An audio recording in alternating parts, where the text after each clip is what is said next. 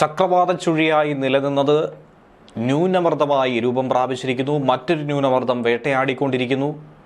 ഏറ്റവും അധികം ശ്രദ്ധിക്കേണ്ട ഒരു സമയമെന്ന മുന്നറിയിപ്പ് ഈ സാഹചര്യത്തിൽ പുറത്തു വരികയാണ്. ബീഹാറിൽ കാലവർഷം എത്തി നിൽക്കുന്നു. അറബിക്കടലിലൊക്കെ കാറ്റിൻ്റെ ശക്തി കുറയുന്നെങ്കിലും കേരളത്തിൽ ഇതുവരെ പെയ്തിറങ്ങിയത് റെക്കോർഡ് മഴ തന്നെയായിരുന്നു. ഒന്നല്ല, രണ്ട് ന്യൂനമർദ്ദമാണ് നമ്മെ ഭയപ്പെടുത്തി നിലനിൽക്കുന്നത്. കടലാകട്ടെ ആകെ മൊത്തം രൂപവും ഭാവവും മാറി തന്നെയാണ് മുന്നോട്ട് പോകുന്നത്. ഏറ്റവും അധികം മലയാളികൾ ശ്രദ്ധിക്കേണ്ട ഒരു സമയം. കനത്ത മഴ ഇനിയും അങ്ങനെ തന്നെ തുടരും. തെക്കൻ ഗുജറാത്തിന് മുകളിലായി സ്ഥിതി ചെയ്തിരുന്ന ചക്രവാത ചുഴിയാണ് ന്യൂനമർദ്ദമായി ശക്തി പ്രാപിച്ചതായി കേന്ദ്ര കാലാവസ്ഥാ വിഭാഗം പറയുന്നത്. വടക്ക് പടിഞ്ഞാറൻ ബംഗ്ലാദേശിനും ഗംഗാതട പശ്ചിമ ബംഗാളിനും മുകളിലായി മറ്റൊരു ന്യൂനമർദ്ദം കൂടി രൂപപ്പെട്ടിരിക്കുകയാണ്. ഇനിയുള്ള 24 മണിക്കൂറിനുള്ളിൽ ന്യൂനമർദ്ദം ശക്തി പ്രാപിക്കാനുള്ള സാധ്യത കൂടുതലാണെന്ന് മുന്നറിയിപ്പിൽ പറയുന്നുണ്ട്. കേരളത്തിന് മുകളിൽ ശക്തമായ പടിഞ്ഞാറൻ കാറ്റ് ഇതുപോലെ തന്നെ തുടരുന്നുണ്ട്. കേരളത്തിൽ അടുത്ത 5 ദിവസം വ്യാപകമായ മഴയ്ക്കുള്ള സാധ്യത പ്രഖ്യാപിച്ചിട്ടുണ്ട്. വിവിധ ജില്ലകളിൽ കേന്ദ്ര കാലാവസ്ഥാ വകുപ്പ് യെല്ലോ ഓറഞ്ച് അലർട്ടുകളാണ് പ്രഖ്യാപിച്ചിരിക്കുന്നത്. ഇന്ന് കണ്ണൂർ, കാസർഗോഡ് ജില്ലകളിൽ ഓറഞ്ച് അലർട്ടാണുള്ളത്. ഒറ്റപ്പെട്ട ഇടങ്ങളിൽ അതിശക്തമായ മഴയ്ക്കുള്ള സാധ്യത ഇതിലൂടെ പറയുന്നുണ്ട്. 24 മണിക്കൂറിൽ 115.6 മില്ലിമീറ്റർ മുതൽ 204.4 മില്ലിമീറ്റർ വരെ മഴ ലഭിക്കുമെന്നാണ് അതിശക്തമായ മഴ എന്നതുകൊണ്ട് കേന്ദ്ര കാലാവസ്ഥാ വകുപ്പ് അർത്ഥമാക്കുന്നത്. ജൂൺ 18, 19, 22 തീയതികളിൽ ഒറ്റപ്പെട്ട ശക്തമായ മഴയ്ക്കുള്ള സാധ്യതയും പ്രവചിച്ചിട്ടുണ്ട്. ജൂൺ 18, 19 തീയതികളിൽ കേരളത്തിന് മുകളിൽ മണിക്കൂറിൽ പരമാവധി 60 കിലോമീറ്റർ വരെ വേഗതയിൽ കാറ്റ് ശക്തമാകാനുള്ള സാധ്യതയുണ്ട്. ഏറ്റവും വലിയ ദുരന്തമായി സംസ്ഥാനം കണക്കാക്കുന്ന ഒന്ന് തന്നെയാണ് കാറ്റ്. സംസ്ഥാന സവിശേഷ ദുരന്തമായി തന്നെ അതിനെ നോക്കി കണ്ടിട്ടുണ്ട്. അതുകൊണ്ട് ഏറെ ശ്രദ്ധയോടുകൂടി നോക്കി കാണുക. അതോടൊപ്പം തന്നെ ഇനി പ്രഖ്യാപിച്ചിരിക്കുന്ന അലർട്ടുകൾ ഇങ്ങനെയാണ്. 18-ാം തീയതി ആലപ്പുഴ, എറണാകുളം, തൃശൂർ, മലപ്പുറം, കോഴിക്കോട്, വയനാട് ജില്ലകളിൽ യെല്ലോ അലർട്ട് പ്രഖ്യാപിച്ചിട്ടുണ്ട്. 19-ാം തീയതി ആലപ്പുഴ, എറണാകുളം, തൃശൂർ, മലപ്പുറം, കോഴിക്കോട്, കണ്ണൂർ, കാസർഗോഡ് ജില്ലകളിലാണ് യെല്ലോ അലർട്ട്. 22-ാം തീയതി കണ്ണൂർ, കാസർഗോഡ് ജില്ലകളിലും കേന്ദ്ര കാലാവസ്ഥാ വകുപ്പ് യെല്ലോ അലർട്ട് പറഞ്ഞിട്ടുണ്ട്. ഒറ്റപ്പെട്ട ശക്തമായ മഴയ്ക്കുള്ള സാധ്യത ഇതിലൂടെ പ്രവചിക്കപ്പെട്ടിരിക്കുന്നു. 24 മണിക്കൂറിൽ 64.5 മില്ലിമീറ്റർ മുതൽ 115.5 മില്ലിമീറ്റർ വരെ മഴ ലഭിക്കുന്ന സാഹചര്യത്തെയാണ് ശക്തമായ മഴ എന്നതുകൊണ്ട് കേന്ദ്ര കാലാവസ്ഥാ വകുപ്പ് അർത്ഥമാക്കുന്നത്.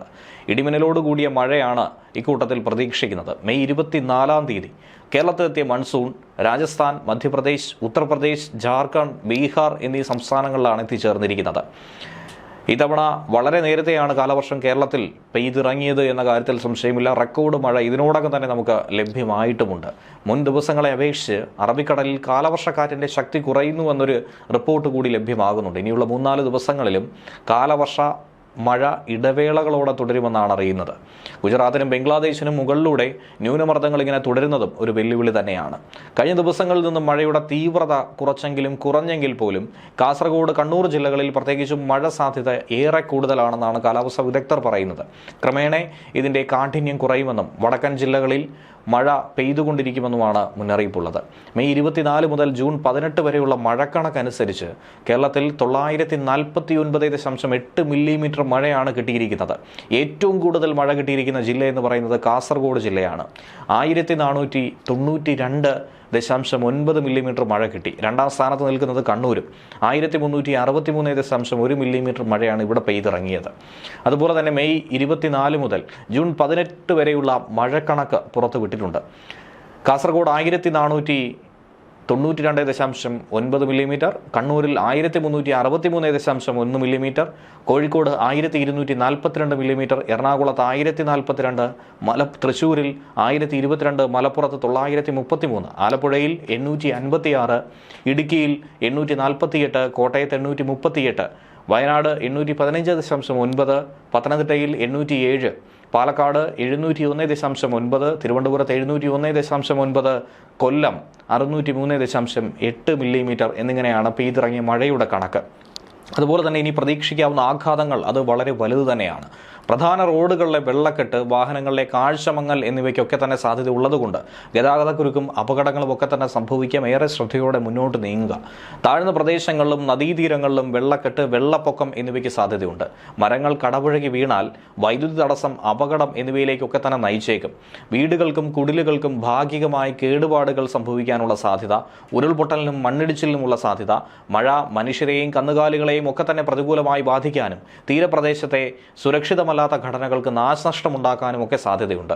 നിർദ്ദേശങ്ങൾ അതുകൊണ്ട് കൃത്യമായി മനസ്സിലാക്കി മുന്നോട്ട് പോകണം. ഗതാഗതം കാര്യക്ഷമമായി നിയന്ത്രിക്കണം. അത്യാവശ്യമല്ലാത്ത യാത്രകളൊക്കെ ഒഴിവാക്കണം. ആളുകൾ സുരക്ഷിത മേഖലയിൽ തന്നെ എപ്പോഴും തുടരുക. ഉരുൾപൊട്ടൽ, മണ്ണിടിച്ചിൽ, മലവെള്ളപ്പാച്ചിൽ സാധ്യതയുള്ള പ്രദേശങ്ങളിൽ താമസിക്കുന്നവർ അധികൃതർ നൽകുന്ന നിർദ്ദേശാനുസരണം സുരക്ഷിതമായ ഇടങ്ങളിലേക്ക് വേണം മാറി താമസിക്കേണ്ടത്. നദിക്കരകൾ, അണക്കെട്ടുകളുടെ കീഴ്പ്രദേശങ്ങൾ എന്നിവിടങ്ങളിൽ താമസിക്കുന്നവരും അപകട സാധ്യത മുൻകൂട്ടി കണ്ട് അധികൃതരുടെ നിർദ്ദേശാനുസരണം മാറി താമസിക്കാൻ തയ്യാറാകണം. ദുരന്ത സാധ്യതാ പ്രദേശങ്ങളിൽ താമസിക്കുന്നവർ നിർബന്ധമായും തങ്ങളുടെ പ്രദേശത്ത് ക്യാമ്പുകൾ തുറന്നുവെന്ന് ഉറപ്പാക്കണം. എന്നിട്ട് പകൽ സമയത്ത് തന്നെ അങ്ങോട്ട് മാറി താമസിക്കേണ്ടതുമാണ്. അതിനുവേണ്ടി തദ്ദേശ സ്ഥാപന, റവന്യൂ അധികാരികളുമായി ബന്ധപ്പെടണം. ശക്തമായ കാറ്റിന് സാധ്യത ഉള്ളതുകൊണ്ട് തന്നെ അടച്ചുറപ്പില്ലാത്ത വീടുകളിൽ താമസിക്കുന്നവരും മേൽക്കൂര ശക്തമല്ലാത്ത വീടുകളിൽ താമസിക്കുന്നവരും പ്രത്യേക ജാഗ്രത പാലിക്കണം. അപകടാവസ്ഥ മുന്നിൽ കാണുന്നവർ അധികൃതരുമായി ബന്ധപ്പെട്ട് സുരക്ഷിത സ്ഥലങ്ങളിലേക്ക് സുരക്ഷാ മുൻകരുതലിന്റെ ഭാഗമായി തന്നെ മാറി താമസിക്കുക. കാറ്റിൽ മരങ്ങൾ കടപുഴകി വീണും പോസ്റ്റുകൾ തകർന്നു വീണും ഉണ്ടാകാനിടയുള്ള അപകടങ്ങളെയും ശ്രദ്ധിക്കണം. ശക്തമായ മഴ പെയ്യുന്ന ഘട്ടത്തിൽ ഒരു കാരണവശാലും നദികൾ മുറിച്ചു കടക്കാനോ നദികളിലോ മറ്റ് ജലാശയങ്ങളിലോ കുളിക്കാനോ മീൻ പിടിക്കാനോ മറ്റാവശ്യങ്ങൾക്ക് ഇറങ്ങാനോ പാടുള്ളതല്ല. ജലാശയങ്ങൾക്ക് മുകളിലെ മേൽപ്പാലങ്ങളിൽ കയറി കാഴ്ച കാണുകയോ സെൽഫി എടുക്കുകയോ കൂട്ടം കൂടി നിൽക്കുകയോ ചെയ്യാനും പാടുള്ളതല്ല.